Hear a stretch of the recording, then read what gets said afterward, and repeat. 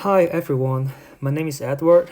I'm your undergraduate TA for EEE335 circuitry class. Sometimes you might be able to see me in the lab on Monday and Tuesday. And today I'm going to cover 3 examples that could help you to be more successful on working on homework 4 that due on this coming up Friday. So let's jump right into the first example. So this is question 16.17 from your book. It will be similar to one of the questions that you have to do for homework 4, which is question 16.16. So basically, if we first jump into the problem, so this is 16.17. So in the problem, it said, so this is the problem. It said, repeat exercise 16.4 for an SRAM fabricated in a 0.13 μA CMOS process for which VDD is equal to 1.2 volts and VT will be equal to 0.4 volts. So what this question is asking for is that the goal is to find what is the W over L of here, of A. And given that VDD is 1.2 volts and VT is 0.4 volts, the equations that you want to use is these equations here. And by filling in the values, you'll be able to see the following. So omega over L of A over omega over L of N is less than or equal to 1 minus and then 0.4 over 1.2 minus 0.4 square minus 1. And given that this value it's equal to 1.5, and this ratio is coming from the problem 16.4. So all you have to do is to calculate the values and put in 1.5 to the right side. So at the end, you'll be able to get W over L of A is less than or equal to 1.5 multiply 3. So it will be the same thing as saying W over L A is less than or equal to 4.5. So it's telling you that the size of A is not gonna be bigger than 4.5 ratio. Okay, so we can jump to the next sample problem, which is question 16.19, which will be similar to question 16.20 in your homework 4. So let's look at 16.19 here. So in this problem, there are 3 sections. I will be working on the first sections, and you'll be able to see how to work on the second and the third one because it's basically the same thing, but you just have to change a values. So the questions say, find the maximum allowable W over L for the assessed transistors of the SRAM cell in figure 16.12.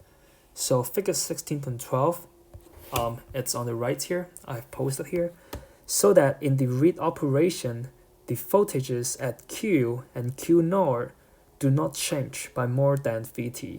Assume that SRAM is fabricated in a 0.13 μA technology for which VDD equal to 1.2 volts and VTN equal to VTP will be equal to 0.4 volts and the W over Ln equal to 1.5. So the goal here again is to find VQ bar, then you find I5. So some of the information is given in this example. It's under read operations. So it's under read operations and some values are given here. So how you should begin this questions is to first, so if I'm doing 1, right? So 1 is here. we want to first find what is the maximum allowed. So by being able to find the maximum allowed, we want to jump back to the equations that we used in the previous sections, which will be these equations here. So by substituting the value into the equations, we will be able to see that W over L. So by the way, when I say W over L 5 or 6, I'm trying to say the W over L of the transistor Q5 here and Q6 here. So then the value of it, after substituting the value into it, the equations, you'll be able to see this is equal to 1.5 times 1 minus 1.2 minus 0.4.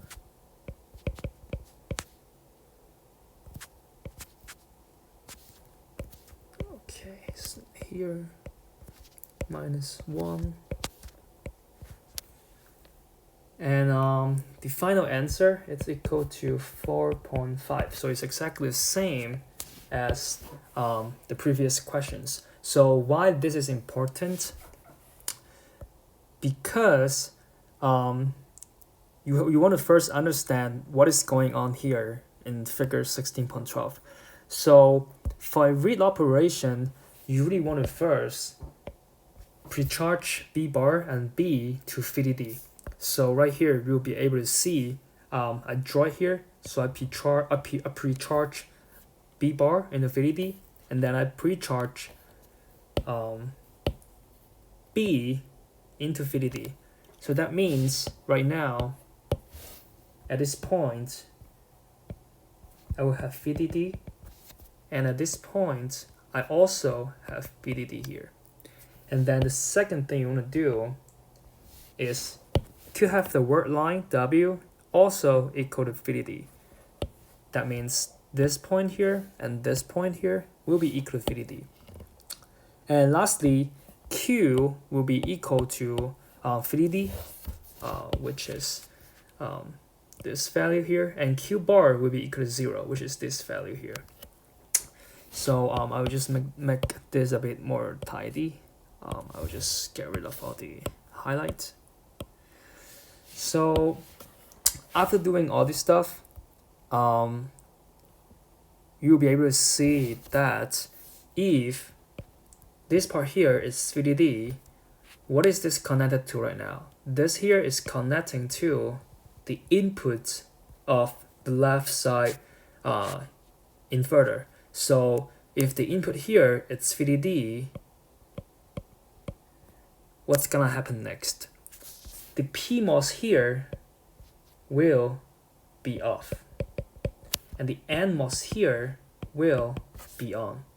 So ultimately, what's gonna happen is that you'll be looking at I5 equal to I1, which is coming from transistor Q5 and Q1, and because they're in stable state right now. And then what you should do is to check whether if I5 and I1 is in saturation region or if they're in trial region. So I will just go ahead and do the proof with you. So for I5, right, it's VDS, so they're all NMOS, right? So they're all NMOS. So is VDS greater than or equal to VOV? So what is VDS, right? So if we look at the graph here, for I'll just make it more clean here. So for Q5, VD, so this is D, this is S. So VD is VDD, so we have VDD minus what is VS? VS is basically Q bar. Not sure yet. And what is VOV? VOV means VGS minus VT. So we have VDD minus Q bar greater than or equal to So then what is Vg in Q5? So G is VDD. So we have VDD. What is S in Q5? Is Q bar. Q bar. And then we will have minus VTN. Then we already discussed here that Q bar is equal to 0. So we have VDD greater than or equal to, not sure, and then we have VDD minus 0 minus VTN. So by doing this proof, you can surely tell that VDD will be greater than or equal to VDD minus VTN. So you can say this is in saturation region. And let's do the same thing for I1. So we will be saying what is the value of VDS and VOV.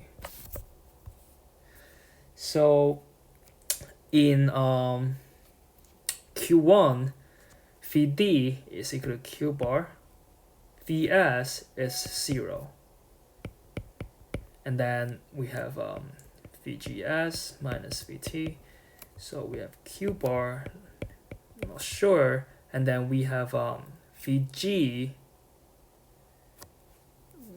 so we have VG there, which is VDD minus VT. So what is Q bar? Q bar is 0, so we put 0 there. So 0 is definitely less than or equal to VDD minus VT. So you can surely tell that for I5, this system is in triode region. So back to this point here. So since we are writing I5 is equal to I1, so we have to compare both of the current equations, which if you look at the equation sheet, it will become 1/2 Kn prime W over L of 5 VOV squared, because this is in saturation, right? And say it's equal to Kn prime W over L 1 VOV minus 1 over 2 VDS. So after doing a lot of math, the final equations will be VQ bar over VDD minus VTN, which is equal to 1 minus 1 plus W over L of 5 over W over L of 1 when you 1 over the whole thing. So right now we come up of equations that we see VQ, which this is VQ bar, which this is what we want, right? If we go back to the goal here, we said we want to find VQ bar and then we find I5. So right now, if we substitute the values into these equations, what we will get? So we have VDD here is equal to 1.2 volts, VTN here is equal to 0.4 volts. And here's the thing, what is these two values, right? So going back to what we have done here, so we're saying that the maximum allowed here, the maximum allowed is equal to 4.5, and this 4.5 is equal to omega over L of A, right? So if you plug this 4.5 back to the equations on top there, we will be able to find, I'll just put it here, we'll be able to find 1/3 of 4.5, which is equal to 1.5. So this value 1.5 here will be the specific value that targeting to these two values here.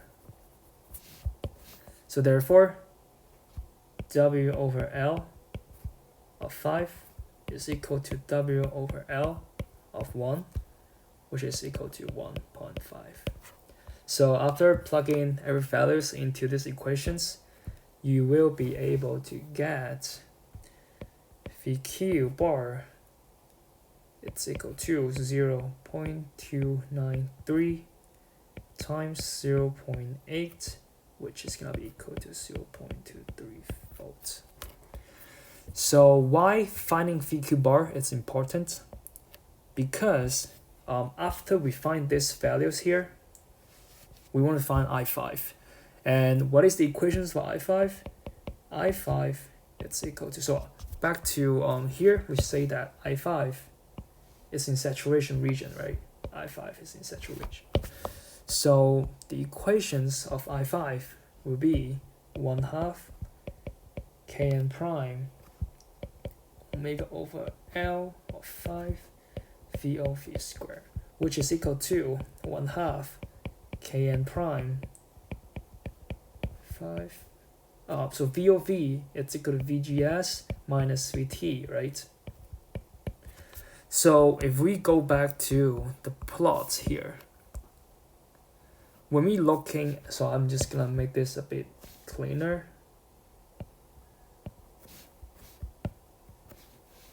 So when we look at Q5 here, this Q5 here, what is VGS? So we notice that VG is VDD. But how about VQ, right? VQ is this point, VQ bar. What is VQ bar? Which VQ bar will be the values that we just found here. So basically we gotta substitute 1/2 Kn prime of omega L over 5 VDD minus VQ bar minus VT squared. And putting all values into the equations, we'll be finding I5. It's equal to 1/2 500 times 1.5 1.2 minus 0.4 minus 0.23 square, which I5 ultimately it's equal to it's 121.8 milliamps. So after doing this right now, we found what is I5 and we found what is VQ bar. And if we go back to the book, it said they also have session 2 and session 3. So if you use the same procedure to find question out session 2 and session 3, so I'll just write here.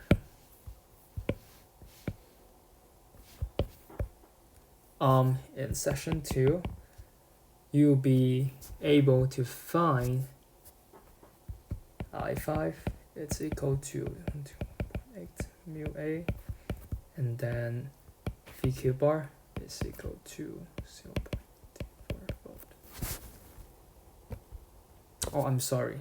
I5 should be equal to 15.7 mu A. For the third one, I5 will be equal to 180 mu A. VQ bar will be equal to 0.4 volts. So by doing a lot of comparison here, the last questions is asking, let's find the read delay. So the question here, it's saying, assuming, so I'll just highlight here. So these questions, assuming mu n cos equal to 500 mu A over V squared, which one of the three design results in the shortest read delay? So when we are looking at read delay, we look at these equations here. So delta t is the read delay, and you'll be able to see here that delta t has an inverse relationship with I5. So with this being said, the bigger the I5, the smaller the delays. So that means this value, the third design I5, which has a 180 amps, will have the smallest read delay. So that means the third design has the least delay. All right, and let's jump to the last questions.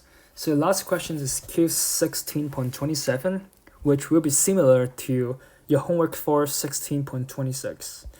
So let's go to the 27 here. So in question 27,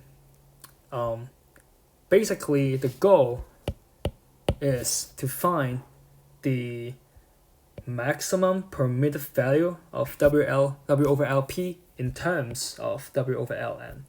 And given that VDD is 2.5 volts and VTN equal to VTP equal to 0.5 volts and mu n is approximately equal to 4 mu p.